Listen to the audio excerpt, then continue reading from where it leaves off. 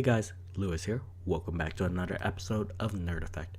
Last time, we covered some information about the Asari and the humans, but we're going to be moving on to the Andromeda species, or what we've discovered so far.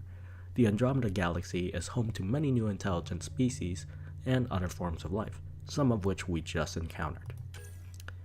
Unfortunately, it seems that the unknown species we just had a fight with, we don't have information due to Sam being interrupted, so unfortunately we'll learn about this later on.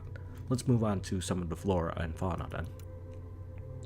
Many unique plants, creatures, and other life forms inhabit the Helios cluster worlds. And unfortunately, the wildlife of Manta, this has also been not filled in yet because Sam has been interrupted. Okay, I guess we're moving on to the planets and locations, so let's move on then. The Helios clusters contain many habitable worlds and other points of interest for the Pathfinders to explore. Well, let's take a look. Habitat 7. The planet known as Habitat 7 was one of the golden worlds selected by the Andromeda Initiative for early settlement.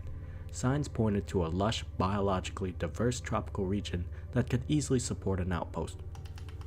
With no communications from the Nexus or sister arcs upon arrival in the Helios clusters, the Hyperion approached Habitat 7 to begin survey and settlement operations as soon as possible, but even visual assessments showed that the planet was no longer viable. Habitat 7 is now a storm-racked world with an unbreathable argon-nitrogen atmosphere. Intense magnetic activity and unknown metallic elements interacts with the storms, causing interesting but highly destructive electrical phenomena. Let's move on to unknown phenomena. Upon arriving in the Helios cluster, the Arc Hyperion encountered a massive, extremely dangerous interstellar phenomenon that severely damaged the Arc. Extending beyond the solar system, the phenomenon did not appear on any of our long-range surveys of Andromeda and now lies directly in the Arc Hyperion's course.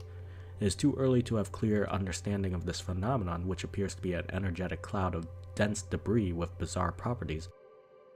Initial sensor readings are inconclusive, since the phenomenon itself causes severe interference.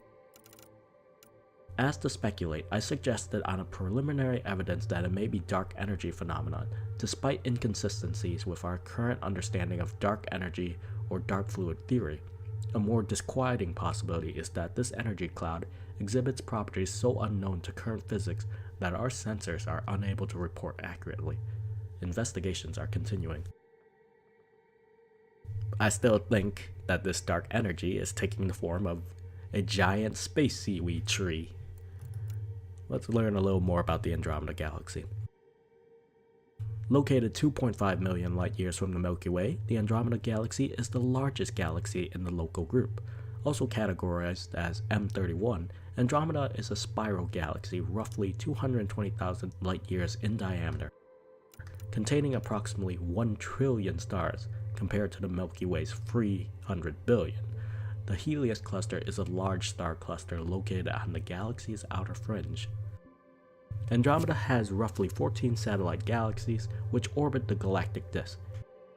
Evidence shows a disturbance where one of these companion galaxies, M32, passed through Andromeda's spiral arm several million years ago. Andromeda itself is also accelerating towards the Milky Way at 100 kilometers per second. In roughly 4 billion years, the Andromeda and Milky Way galaxies will collide and merge, forming a new galactic disk. That is actually correct. The Andromeda galaxy is on a collision course towards the Milky Way galaxy.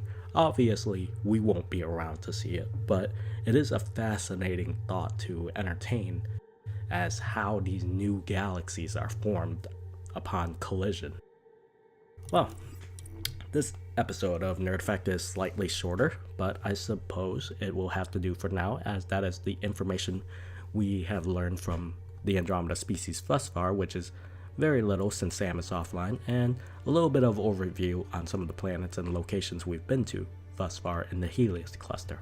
I think next time we will cover the remaining entries of the technology and the ships and vehicles, kind of lump them together since they're pretty relatively the same. So that's going to be it for this episode of Nerd Effect. I hope you guys enjoyed the reading, and I hope you learned something new as well. Thank you so much for watching, and I'll see you in the next one. Bye-bye.